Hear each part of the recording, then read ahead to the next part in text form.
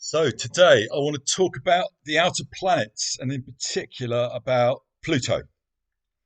The outer planets, well, they're discovered relatively recently because they can't be seen with the naked eye. So symbolically, they operate from outside the sphere of normal consciousness, everyday consciousness. The inner planets, they're like different aspects of us, um, different gods calling. Our task is to listen to those calls, balance those calls, respond creatively to those calls. That's all we're here to do. We're not here to go anywhere. We're here to live in balance with those calls and trust in those calls. And that's what astrology shows us. Gives us this bigger picture in which this tiny self we have is just a means of helping those gods cooperate. But really, it's that bigger thing that matters.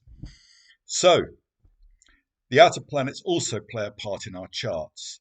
They speak of something coming through us that we can't actually manage. It's not we can manage in a way. We can manage Mercury and Venus and Mars up to a point, although we need to remain in awe of them because they're gods. But we can't manage the outer planets. Our task is to learn to live. Is to learn to cooperate with them, sense what's happening, trust in it. Let Uranus awaken you. Let Neptune ensole you. And let Pluto renew you. And they're also very good for describing what's happening in the collective. If you like, they're collective planets. They speak from something bigger than our narrow individuality. And over the next couple of years, all three are changing sign. Pluto's moving into Aquarius, it already is. Neptune's going to move into Aries, and Uranus is going to move into Gemini.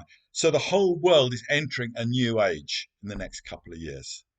I don't know exactly what that is, and maybe I wouldn't say if I did know. Our job as astrologers is to show you the shapes in the mist, help point you in the right direction, but we need to live these transits, so it doesn't help to actually know what's going to happen. In fact, ironically, astrology shows you just how unpredictable life is. Although occasionally we hit a home run and get a prediction right. But Pluto is the one that's already changing sign. Now, Pluto, as I said, he's about renewal. He's about the power for life to die and to be reborn. And it often needs to die in order to be reborn. He's to do with survival, to do with empowerment. Now, we can look to last time Pluto entered Aquarius because he changes sign only every sort of, at the moment about 15 to 20 years.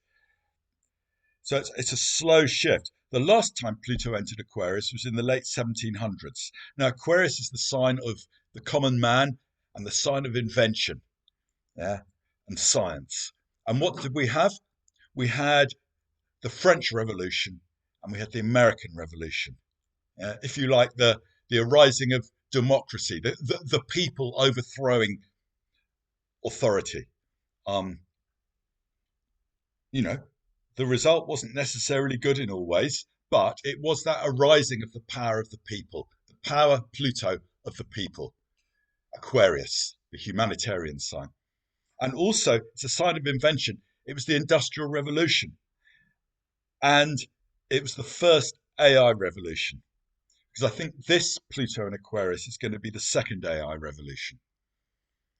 The reason the Industrial Revolution was the first AI revolution is because we got machines to do our work for us. They had a kind of intelligence. They're able to weave cloth together or whatever it is that they do. So this is actually the second one. But again, because it's Pluto entering the sign of it for the second time, it suggests a quantum leap in that AI revolution. The original one we had, we're moving on to the next stage. And it's fascinating when you see the synchronicities because Pluto first entered Aquarius at the end of 2022. He's going to enter and leave it 3 times because planets go backwards as well as forwards. before he's finally in there at the end of this year. But within a few weeks, either way, I can't remember, of Pluto entering Aquarius, end of 22, we had ChatGPT, and then Bard quickly followed. These so-called large language models that you can ask them questions and they will give you a coherent essay. And everyone was spooked because it seemed like not just specific artificial intelligence, but general intelligence. It seemed like you're talking to a being who could write an essay better than you could immediately. And it's like it immediately prompted fears of the AI takeover. There's a huge fuss about it for a couple of months. We've got to legislate, we've got to do this, got to do that. That seems to have receded. But it was this eerie synchronicity. We were expecting this advance in AI, and we get artificial general intelligence, which everyone thought was years off. And in a way, it probably still is, but it was a step towards it. And they're promising even more. Go forward a year, end of last year, Pluto enters Aquarius again, and the head of ChatGPT gets sacked. So that's the power, Pluto. That's the power struggle around AI, and then he gets reinstated. So I really don't know what all that's about, but again, it's these synchronicities. It's when world events correspond to these outer planets, you kind of gasp because there's no reason. There's no reason that they should coincide. Astrology is just a divinatory system. It's for the intuition. So when you get this literal correlation, it's like, wow, the gods have spoken. It's like, yeah, we're onto the right thing. It is about this AI. And Pluto's about crises as well, I think. What crises are we going to have? We had a crisis. We had the biggest financial crisis since the Great Depression when Pluto entered Capricorn at the beginning in 2008, 2009. And Capricorn is the sign of government and big business. And there's this huge crisis around big business. Is there going to be a crisis this time? Well, I don't know. But we're certainly imagining one because it's almost like we need crises. We lurch from crisis to crisis. It's almost, it tells us where we stand. We know what's threatening us. We know how to protect ourselves. It gives a certain weird kind of certainty, and it gives a kind of bad news which we thrive on.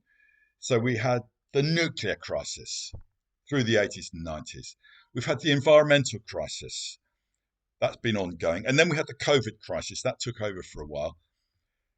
That went. And then it was the environmental crisis. And I thought, what's next? It's the AI crisis.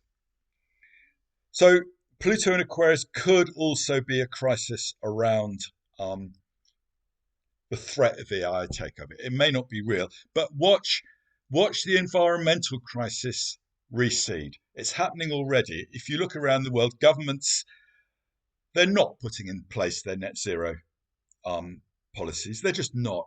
The COP28 conference got hardly any coverage. It was not on the big climate conference. Now, I'm not saying that's good or bad. I'm just saying what gives us a crisis is changing. And maybe also that brings us into that other meaning of Aquarius, which is the power of the people. Because people are voting with their pockets. When it comes to the net zero policies, people are going, well, actually, no. These huge protests by the Dutch farmers, the French farmers, the German farmers. Yeah.